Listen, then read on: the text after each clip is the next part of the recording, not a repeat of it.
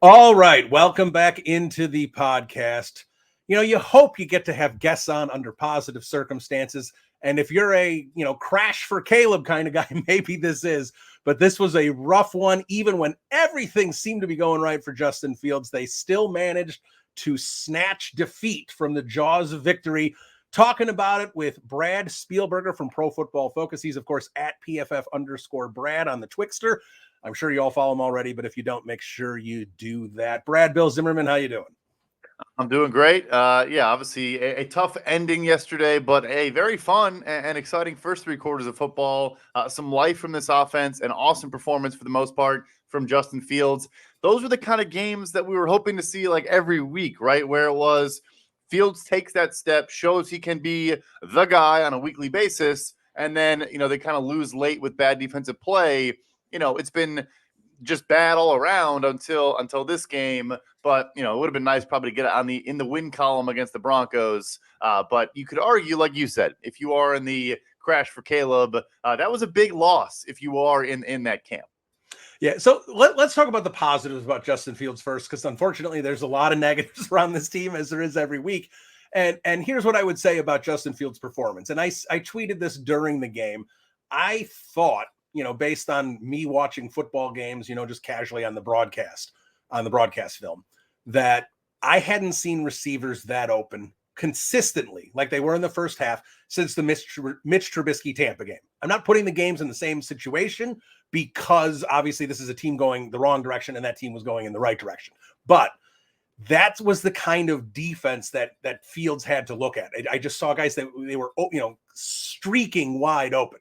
Now, I'm not taking anything away from Justin Fields, because with that in mind, the one thing I saw from Fields was he wasn't taking 4, 5, 6 seconds to deliver the football to open guys. He saw it, he delivered it, he was decisive, and take away the Hail Mary, he was literally perfect through. I think he managed that through 3 quarters. He had not thrown a legitimate incompletion. You got to love that from him. And maybe, just maybe, I know after the Chiefs game, we were kind of all writing this off and going, it's time to pivot at quarterback. But if he starts stacking performances, I know we're not going to get 330 yards and 4 touchdowns, but if he starts stacking performances like this, Brad, maybe this is going to give Ryan Poles, Kevin Warren, and this organization some pause and maybe seeing if, what they have with this guy at quarterback.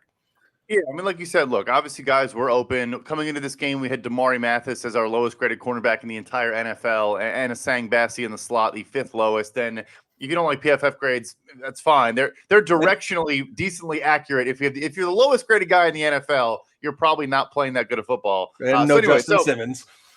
Yeah, and injured Justin Simmons at safety, very good player. So, but look, I would agree with you where I still don't necessarily care about that because he was decisive.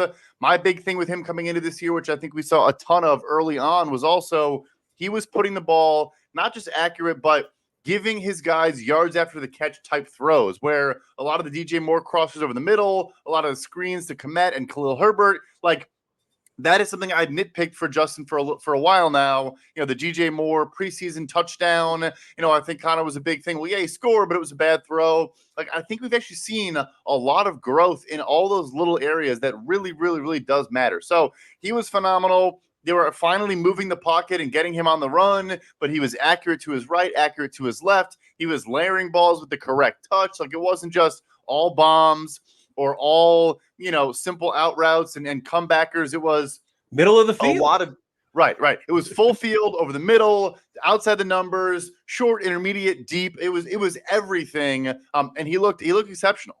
He did. And I think this game coming up here in Washington is going to be a big answer. I mean, we're not going to get the full answer, but a big answer here on Justin Fields, because what exactly prompted this? Was it a defense that's honestly worse than the Bears defense, which is hard to say, and Fields took full advantage of it, which he needs to do. Now he's going to have a short week to prepare for a Washington game, less time to shake off the end of that game, that loss.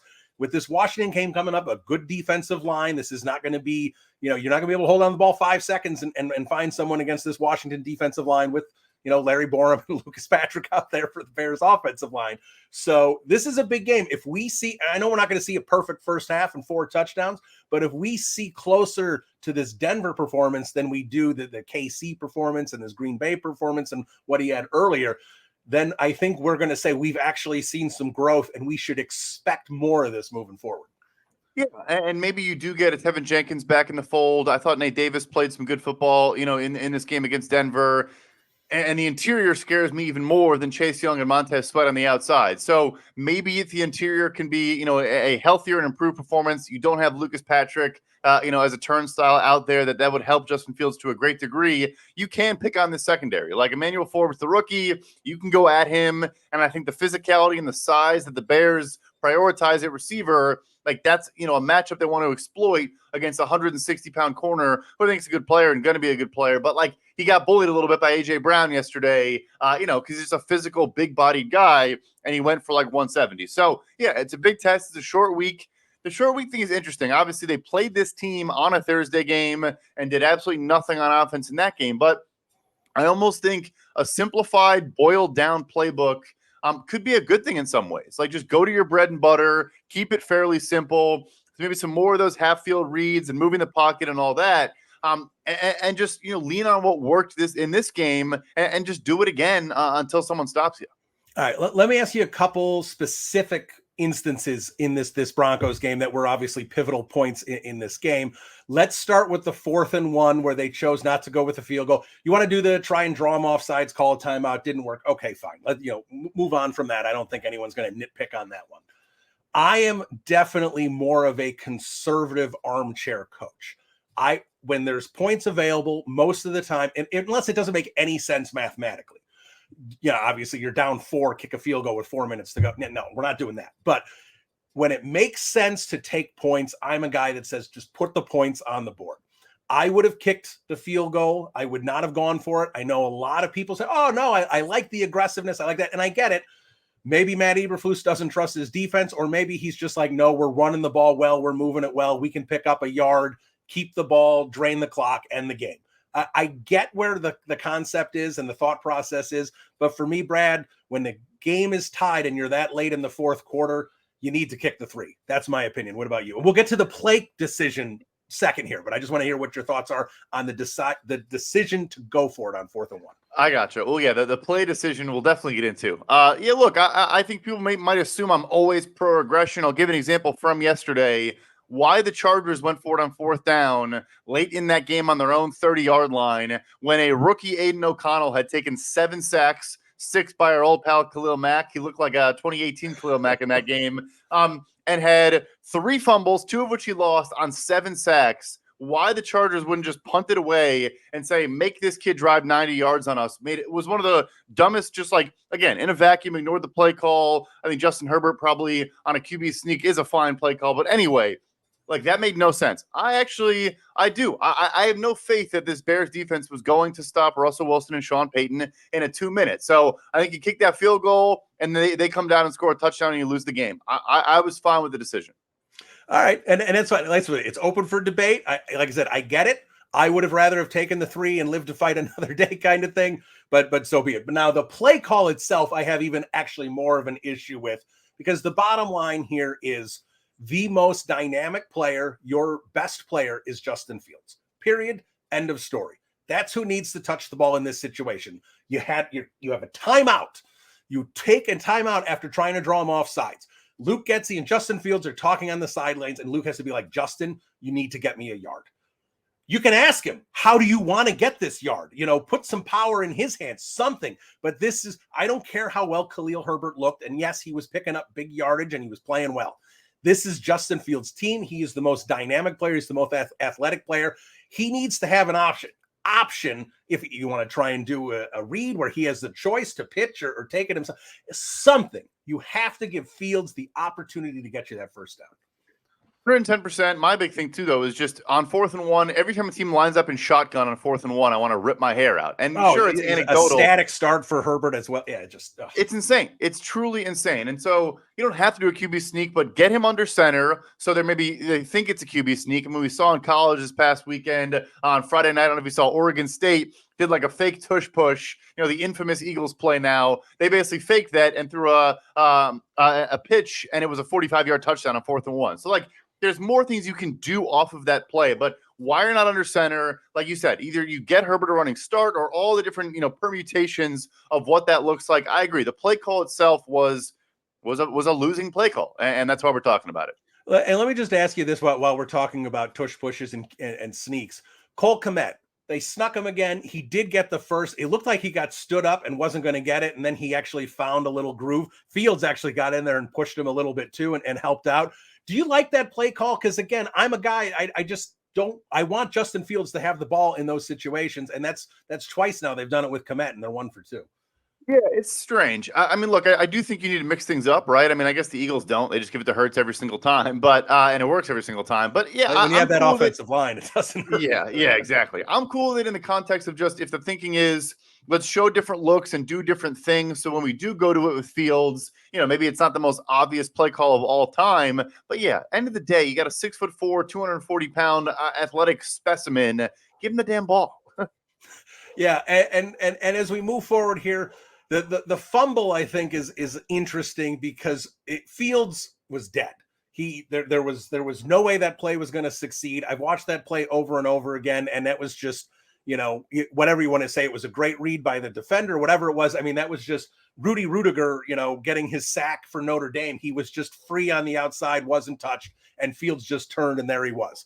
I would have preferred when you have a lead like that to what I say, just take the fetal position sack, just curl up and go down.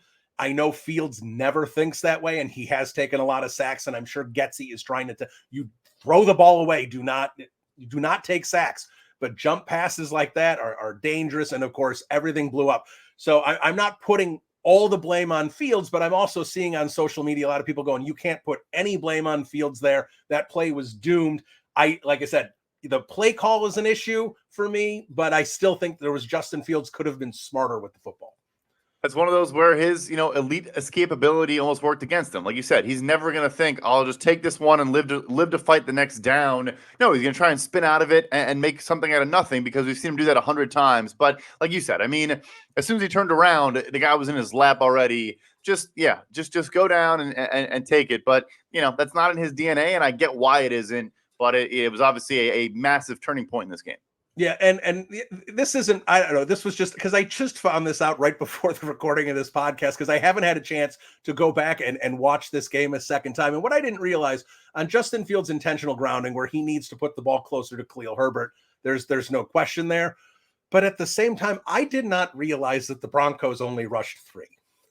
They rushed 3 guys. The 2 guys on the outside were doubled. They were no issue. And Lucas Patrick just got beaten, and Fields just was dead to rights there and tried to get rid of the ball and made a poor choice where he placed the ball. But I mean, the decision at center here, and I know this was supposed to be Cody Whitehair, but he doesn't look much better at guard right now either. The Ryan Poles decision on not addressing center is really biting an offensive line that's had issues with health, and Braxton Jones is out, Tevin Jenkins has been out. But even if Braxton Jones, I don't know what his situation is. I don't know if he's out for the year, if he's going to be back in 4 games here. Even if Braxton Jones comes back, even if Tevin Jenkins comes back, Nate Davis looked better. Darnell Wright continues to improve and is definitely a guy at right tackle. They're not going to have a legitimate center. At this point, for me, I'd put Dan Feeney out there just to see it because what they have at center, Brad, just is not working.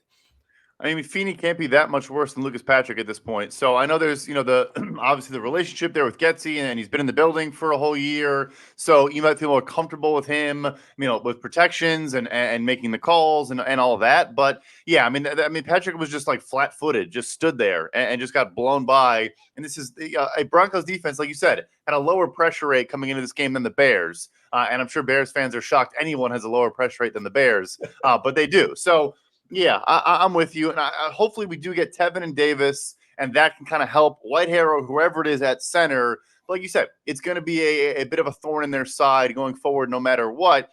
End of the day, though, too, it's also just coaching and putting guys in position to succeed.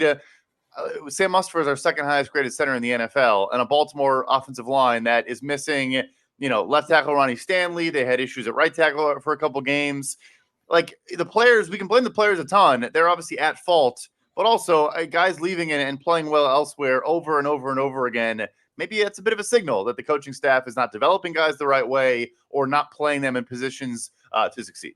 Yeah, Nicholas Morrow, 3 sacks yesterday for the Eagles. So there you go. All right, last thing on this game, and if I'm reading everything in terms of quotes and what everything happened, to me, this was the biggest issue with Justin Fields because, like I said, on that fumble, he could have taken better care of the ball, but that play was dead on arrival. Like there were some of the things you want to look at, the intentional grounding. He's got to be better where he's putting that ball. But again, Lucas Patrick just does an awful job. But on the interception, which of course ends the game, the way I'm seeing it on all the quotes was Cole. There was a difference between zone and man. Cole Kmet read man. The Broncos said afterwards they were in man. Justin Fields said he read zone. He put the ball where what Kmet's route should have been in zone. Kmet sat down like he should have for man, and that led to the interception. So I'm going to say this, and this is coming off a great game, and I have said this multiple times, that in my lifetime as a Bears fan, there is not a quarterback that I wanted to see succeed more than Justin Fields. I had the most faith, the most hope, and liked this guy the most. I was just excited for this. But when you're in year 3 and you're misreading man and zone in a critical situation like that, Brad, that's the most alarming thing in terms of any negatives that may have been, honestly, on this whole season for me. That's a really alarming play for Fields at this point. Do you agree? Yeah, you definitely don't want to hear it. I'm excited to go back and watch the All-22. I guess excited is the wrong word. Yeah, like I told you, I'm almost done with the whole game here. Obviously, that's the very end of the game. The one thing I would say is, even last night with Travis Kelce and Patrick Mahomes, they had a miscommunication, and Mahomes almost threw a third interception right into the hands of C.J. Mosley. So, it does happen. But yeah, I hear you. You'd rather your quarterback be correct and your tight end be wrong. Well, obviously, wouldn't be pumped about Cole Kmet, reading the wrong coverage and doing the wrong thing. But yeah, it's not a great sign. Vance Joseph plays a ton of zones, so maybe Fields thought he was just going to sit back and do what he's known to do.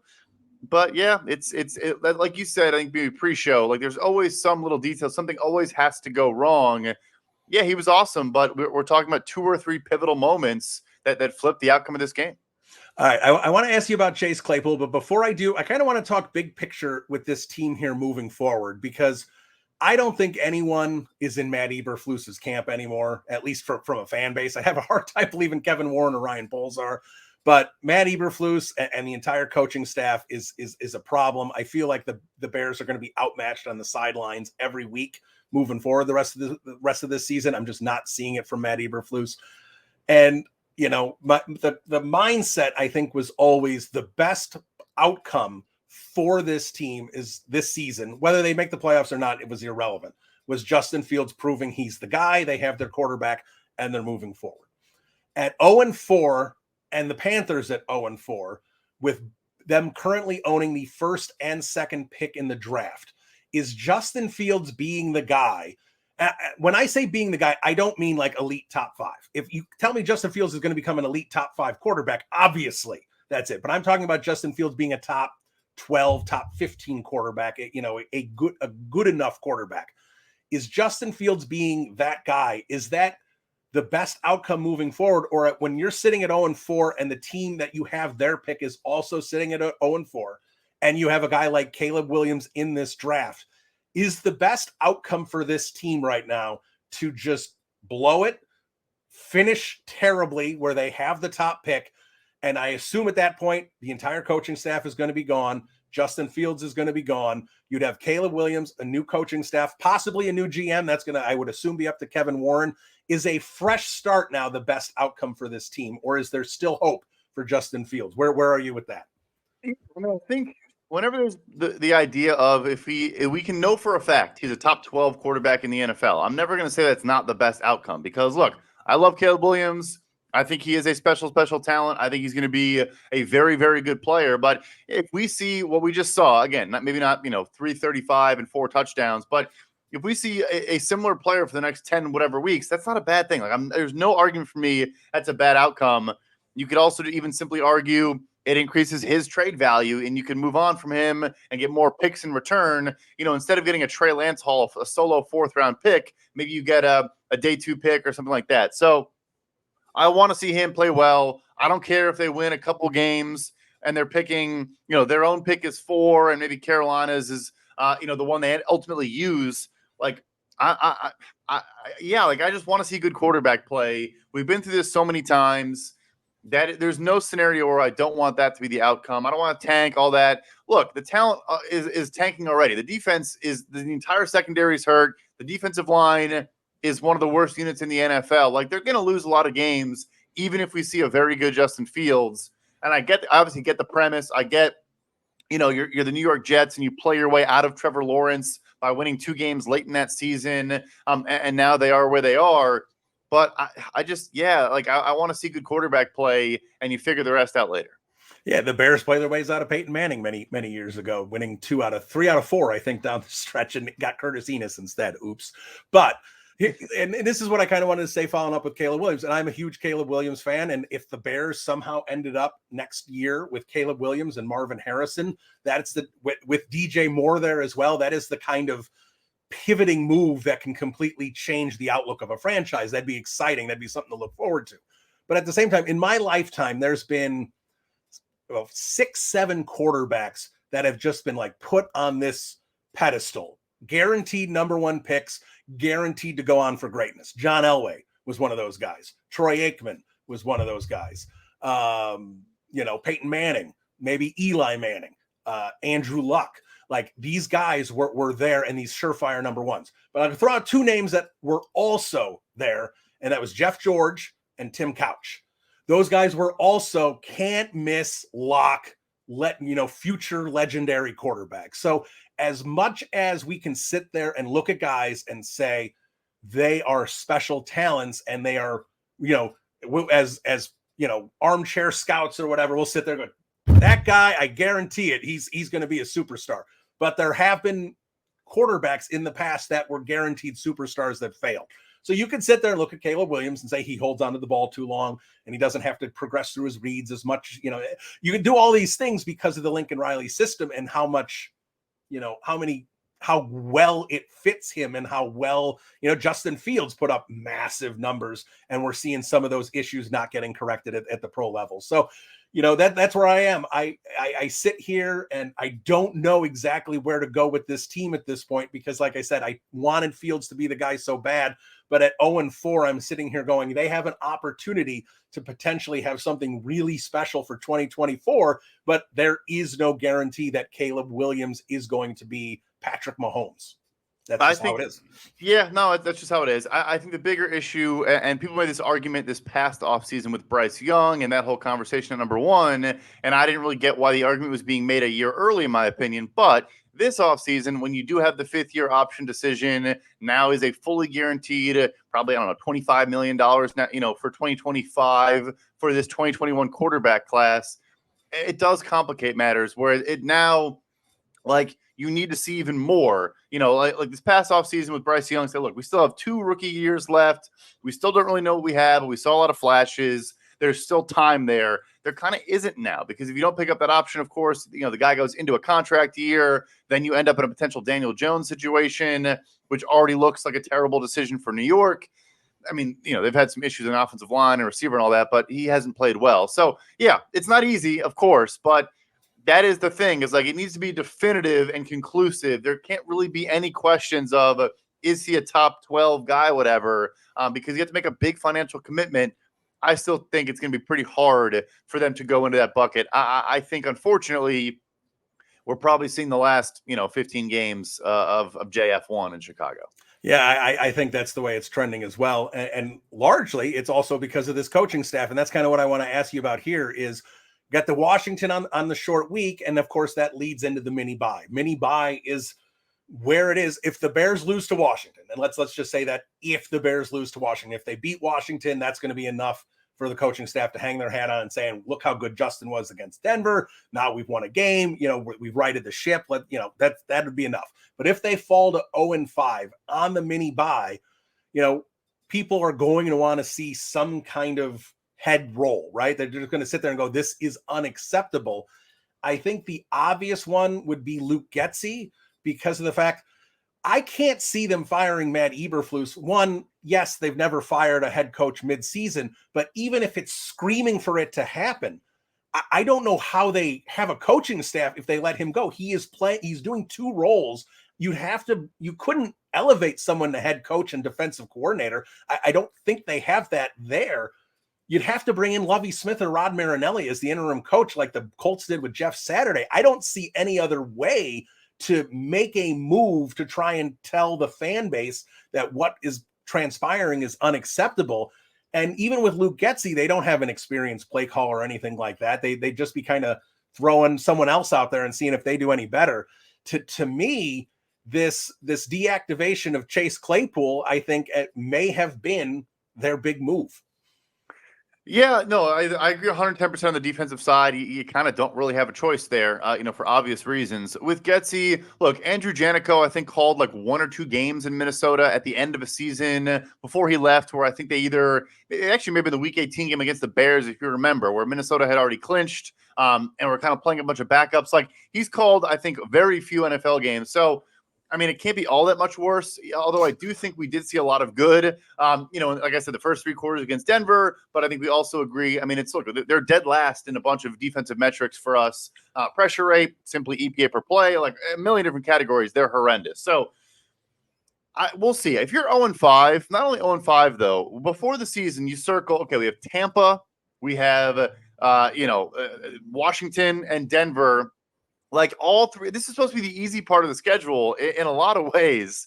And if you're 0-5 with one good offensive output, I think we still could see it. But I'm with you. I don't expect it, but I think he could be kind of the sacrificial lamb. You let Janico step up and you see what you can do. All right, couple questions on Chase Claypool as we wrap up with Brad Spielberger. Brad, let me ask you this, and maybe this is putting too much into it, but let's just focus on the Sunday game against Denver and the Chase Claypool impact. And what I mean by impact is obviously they deactivated him, and Equanimeous St. Brown is activated, makes a nice catch on the sideline on the flea flicker, had a couple nice blocks that sprung a couple guys there for some big gains. He contributed, right? I'm not saying he's Justin Jefferson out there, but the guy contributed to the offensive side of the ball. What we had seen from Chase Claypool, yes, he had caught a touchdown pass and had made a couple catches, but he also didn't, at 50-50 balls, didn't make an effort. One ended up getting intercepted. We know how little effort he was making on blocks. Even the run that Justin Fields had, the little 1-yard scamper for the touchdown against, Denver. No, not Denver, Tampa, that Chase Claypool literally blew his block, and Mercedes Lewis blocked both guys to Springfield's.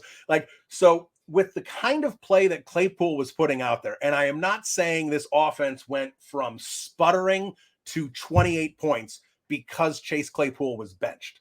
But I am saying when you hold a player accountable and finally sit him down and say, this is unacceptable, you are not going to be a part of this team if this is how you are going to play out there, that sends a message to the team that says, we understand the problem. We're going to try and correct the problem. You put a try-hard guy out there that is a leader in this locker room. Everyone likes him, and he contributes right away. That's the kind of move that is going to get a team, to me, in rhythm. And I think we saw it there, and there was a little extra spark there. Like I said, I am not saying that Chase Claypool was the reason the offense hummed in the first half, but it certainly didn't hurt.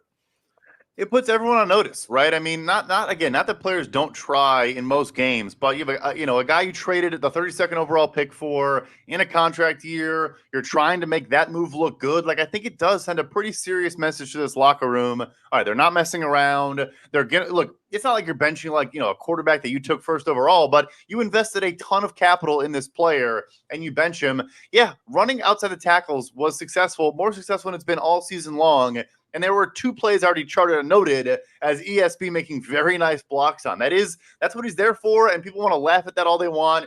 Yeah, the flea flicker, not a great toss from Khalil Herbert on the flea flicker, by the way. You got to work on the accuracy there. But yeah, no, like he made a difference, but also just it puts every player on notice to step up, to perform, to finish plays, finish snaps, all those little details. Yeah, I think that was an important move. It had to be done, and I think there probably were some teammates and players in that locker room that were frankly happy to see it done. All right. Now, Jordan Schultz came out during the game and he put out a report that the Bears are trying to move Chase Claypool. 5th or 6th round pick is what they're going for. I don't know if they can get that. To me, it's like a conditional 7th or future 7th, because I just don't see why anyone would, other than securing Chase Claypool and not submitting him to waivers where, anyone can potentially get him. The only reason to give up anything is to secure him. And for that, it's, to me, is basically low compensation. So for you, do you think Chase Claypool is done in Chicago? Like, is he not going to take another snap? And do you think the Bears can manage to trade him? Yeah, if I had to guess, he's done. Obviously there was the messaging was a mess yesterday, which again has been an issue. Like Eberflus, because football matters a lot more, but the amount of mistakes in that area is also just like not really. When you hire the 53-year-old CEO head coach, if you're going to be bad on the field, at least be elite in all those regards, and provide some stability, and that hasn't been the case. But anyway, I think he's done. I think not only that the fact that he's not going to show up now this week going into Washington. You mentioned the Bears have a mini bye. Other teams across the NFL are now getting into bye weeks as well. So maybe one of those teams is able to bring him in and give him an extra week of work, into their new offense. I think that to the compensation, just like a Cam Akers, like you said, I think you're getting a future 7th round pick that also might even have conditions attached to it as well, based on play time or receptions or whatever. You are getting the absolute bare minimum, like you just said, only so this other team can just avoid not getting the player on waivers. That's all I think you're getting at this point. All right, and you put out a couple teams as possibilities on Twixter. I think you had the Chargers on there. To me, that obviously the Chiefs make a lot of sense, and that's you would think Andy Reid is someone Chase Claypool would listen to. Who do you think would be teams that might actually call Ryan Poles and be like, we have a little bit of interest? Yeah, so another AFC West team jumps out to me first. It is the Raiders. Devontae Adams, said his shoulder was really bothering him yesterday. He did finish that game, but missed like 2 quarters in the middle of it. But also, it's the worst kept secret in the entire NFL. The Raiders are shopping Hunter Renfrow. They've been calling teams and trying to unload Hunter Renfrow's deal. So you have Jacoby Myers, who's played very well. You have Devontae Adams. And then I think maybe they're open to adding a third kind of big-bodied guy, especially if Devontae Adams is not able to play for a week or two. Because that's also a coaching staff that is, dead men walking and probably will make some desperate moves just to maybe keep their job. So that's one. And then, the Chargers for me is a really obvious answer as well. They love their big body receivers. I mean, they have 4 dudes right now. Josh Palmer, Keenan Allen, Quentin Johnston, Mike Williams. They're all 6'3", 6'4", bigger bodied players. Obviously, Mike Williams now out for the season with a torn ACL, maybe done as a Charger, period. And that offense yesterday was very, very bad. I mean, they could do nothing against a bad Raiders defense. And they are a team going into a bye in week 5. If I had to throw out a guess on a dartboard, I would say the LA Chargers for a 2026 7th. All right. We'll hold you to that, Brad.